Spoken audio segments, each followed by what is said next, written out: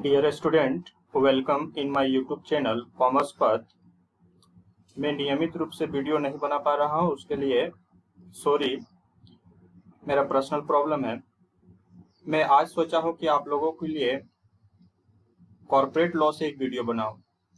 Corporate law जो है उसमें कंपनी के बारे में बताया गया है। तो सबसे पहले मैं कंपनी क्या होती है वो बता देता हूँ। तो देखिए, कंपनी होता है कि आर्टिफिशियल पर्सन होता है। कंपनी क्रिएट बाय लॉ होती है, कॉमनसिल एंड परपेचुअल सक्सेशन होती है। कंपनी एक आर्टिफिशियल पर्सन होता है जो लॉ के द्वारा बनाया जाता है। इसका एक कॉमनसिल होता है। कंपनी मतलब कि कंपनी का नेचुरल पर्सन नहीं है ना कि कंपनी सिग्नेचर करेगी, इसलिए कॉमनसिल होता है।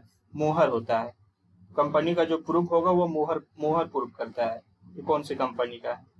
और परपेचुअल सक्सेशन, और ये क्या होती है कि निरंतरन चलते रहती है कंपनी, क्योंकि क्रिएट बाय लॉ होती है। जब कंपनी का वाइंडिंग ऑफ होगा तो भी क्रिएट और डाई भी लॉ के द्वारा ही होगा।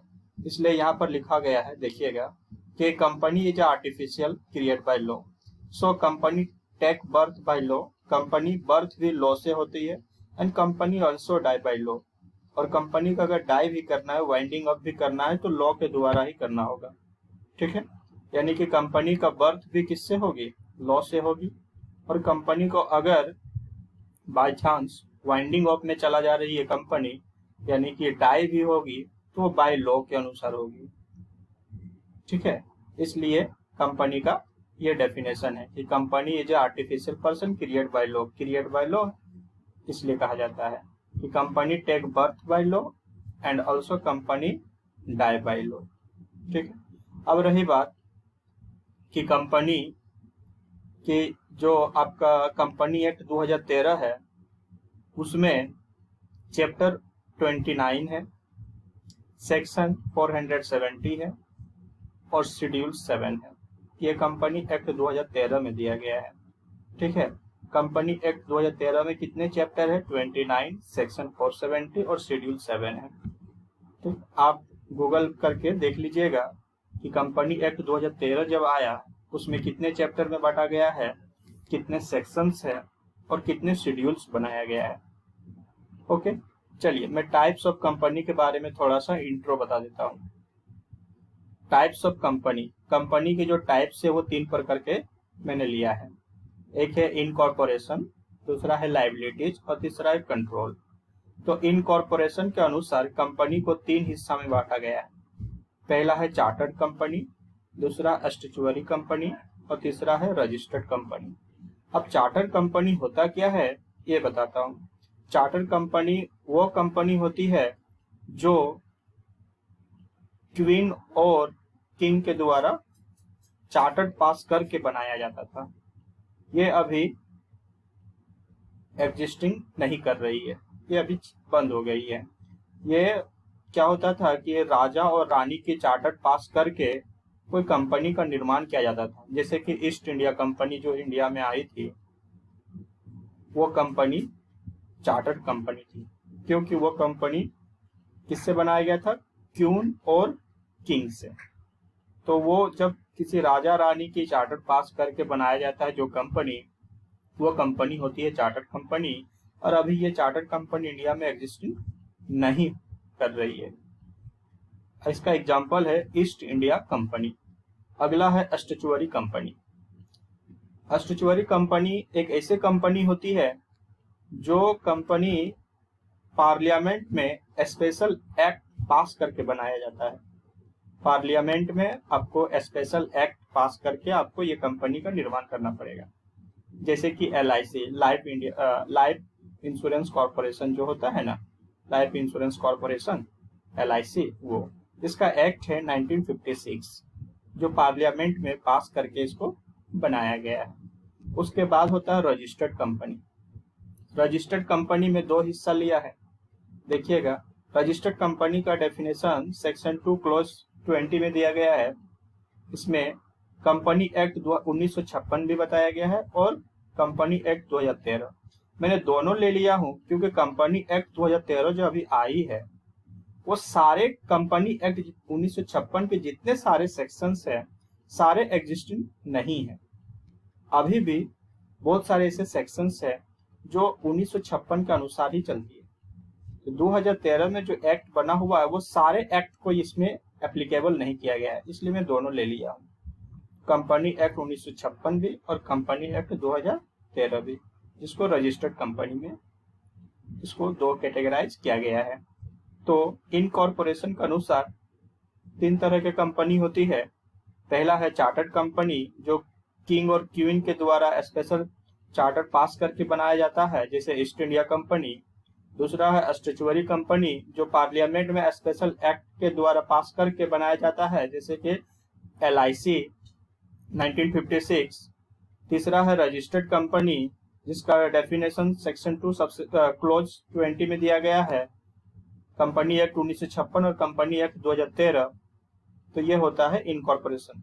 उसके बाद देखिएगा लाइबिलिटीज के अनुसार। लाइबिलिटीज के अनुसार 2 तरह के लाइबिलिटीज के अनुसार होता है, एक अनलिमिटेड लाइबिलिटीज, एक होता है लिमिटेड लाइबिलिटीज। अब ध्यान दीजिएगा कि अनलिमिटेड लाइबिलिटीज होता है जिसका मेंबर का पर्सनल एसेट्स भी बेचकर अगर कंपनी वाइंडिंग ऑफ में जाती है तो जितने सारे मेंबर्स हैं उस मेंबर्स का पर्सनल एसेट्स को बेचकर भी चुकाया जाएगा, क्योंकि उसका लाइबिलिटीज क्या है, अनलिमिटेड है। और इसका डेफिनेशन सेक्शन 2 क्लोज 92 में दी गई है। ठीक है, क्या करना है, कंपनी जब भी वाइंडिंग ऑफ में जाएगा तो कंपनी के मेंबर्स के पर्सनल एसेट्स बेचकर लाइबिलिटीज को चुकाया जाएगा। अगला है लिमिटेड कंपनी, लिमिटेड लाइबिलिटीज वाली कंपनी। लिमिटेड लाइबिलिटीज वाली कंपनी में आपका 2 कैटेगराइज है। पहला है लिमिटेड बाय गारंटी और दूसरा है limited by share capital. Limited by share capital, limited by guarantee जो होती है वो मेंबर जो होंगे वो फिक्स्ड अमाउंट का गारंटी देंगे, जिसका डेफिनेशन सेक्शन 2 सबसेक्शन या क्लॉज 21 में दी गई है। Limited by guarantee, members fixed amount का गारंटी देंगे। जब कंपनी वाइंडिंग ऑफ में जाएगी तब मेंबर्स गारंटी देते हैं, पहले गारंटी देते हैं कि अगर कंपनी वाइंडिंग ऑफ में जाएगी तो मैं 2 लाख का गारंटी देता हूं कि उस टाइम में 2 लाख कंट्रीब्यूट करूंगा। तो कंपनी जब वाइंडिंग ऑफ में जाएगी तब ही मेंबर 2 लाख का कंट्रीब्यूट करेगा, अदरवाइज वो नहीं करेगा। तो ये लिमिटेड बाय गारंटी होती है। उसके बाद है limited by share capital. Limited by share capital, तो लिमिटेड बाय शेयर कैपिटल में 2 तरह के कंपनी है, एक है प्राइवेट कंपनी, दूसरा है पब्लिक कंपनी। और इसका डेफिनेशन सेक्शन 2 क्लॉज 22 में दी गई है। तो यहाँ पर क्या है कि लिमिटेड बाय शेयर कैपिटल में 2 तरह के कंपनी है। पहला है प्राइवेट कंपनी और दूसरा है पब्लिक कंपनी।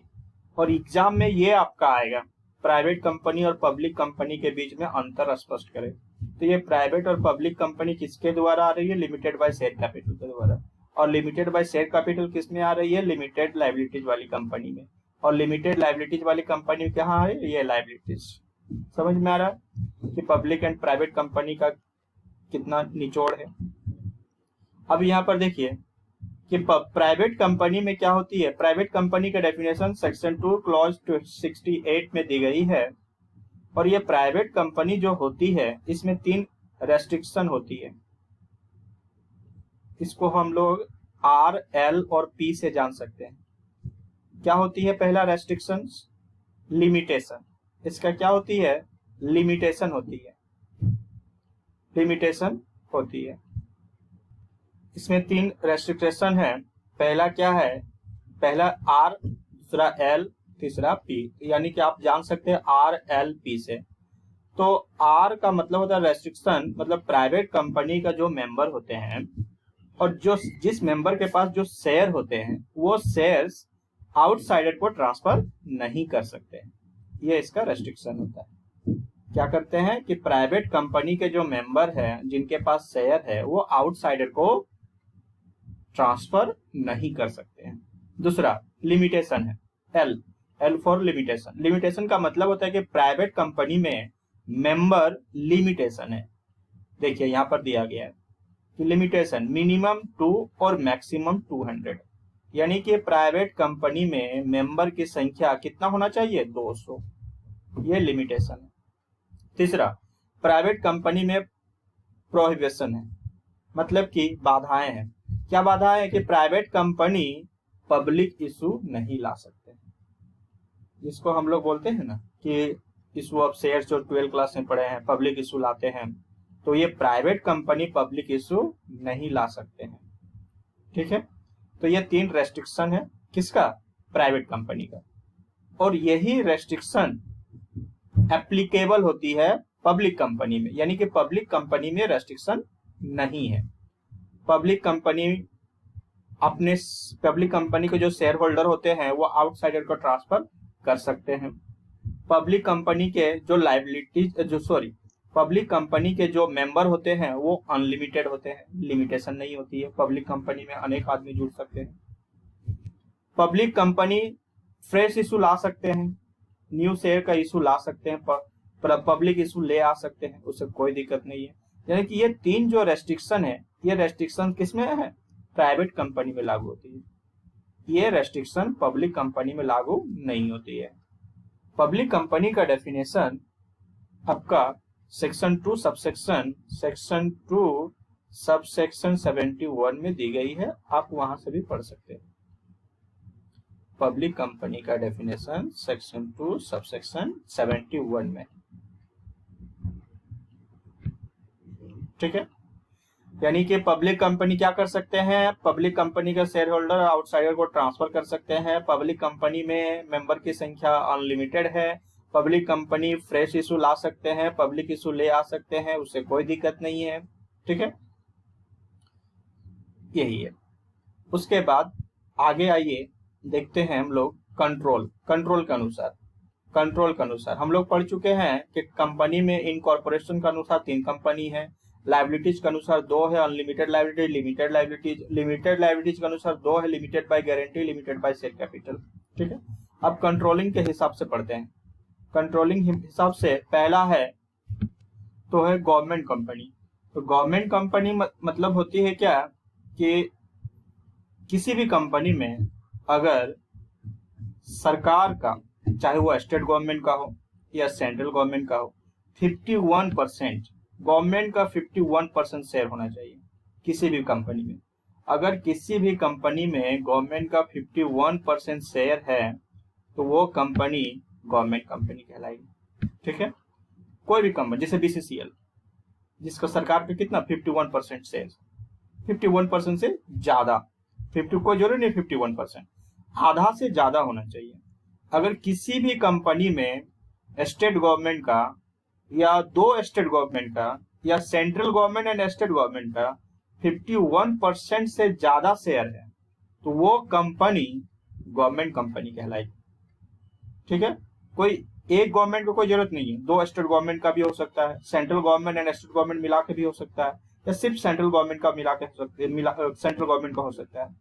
तो किसी भी कंपनी में अगर सरकार का 51% से ज्यादा शेयर है तो वह कंपनी गवर्नमेंट कंपनी कहलाएगी। होल्डिंग कंपनी का मतलब होती है, आगे कॉर्पोरेट अकाउंट में पढ़ोगे होल्डिंग कंपनी, सब्सिडी कंपनी।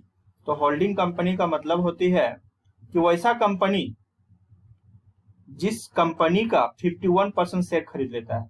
मान लीजिए कि एक ए कंपनी है और एक बी कंपनी है, तो बी कंपनी का 51% शेयर ए खरीद लिया, ए कंपनी ने 51% शेयर खरीद लिया, तो ए कंपनी क्या कहलाएगा, होल्डिंग कंपनी। बी कंपनी क्या कहलाएगा, सब्सिडी कंपनी। जिस कंपनी का 51% खरीद लेगा कोई दूसरा कंपनी तो वह कंपनी होल्डिंग, और जिस कंपनी का जो कंपनी बिकेगा वो कंपनी कहलाएगा सब्सिडी कंपनी। एक होता है एसोसिएट कंपनी। एसोसिएट कंपनी का मतलब होता है कि जिस कंपनी का 20% शेयर इन्फ्लुएंस करता है, 20% शेयर। अगर मान लीजिए क्या एक्स कंपनी है और वाई कंपनी है, और एक्स कंपनी ने वाई कंपनी का 20% शेयर या उससे ज्यादा एक्स के पास है, वाई कंपनी का 20% शेयर या उससे ज्यादा एक्स के पास है, तो वैसे कंपनी एसोसिएट कंपनी कहलाएगा। समझ में आ रहा है? हाँ, लेकिन ये 50% से ज्यादा नहीं होना चाहिए, 50 से कम 20 से ज्यादा होना चाहिए।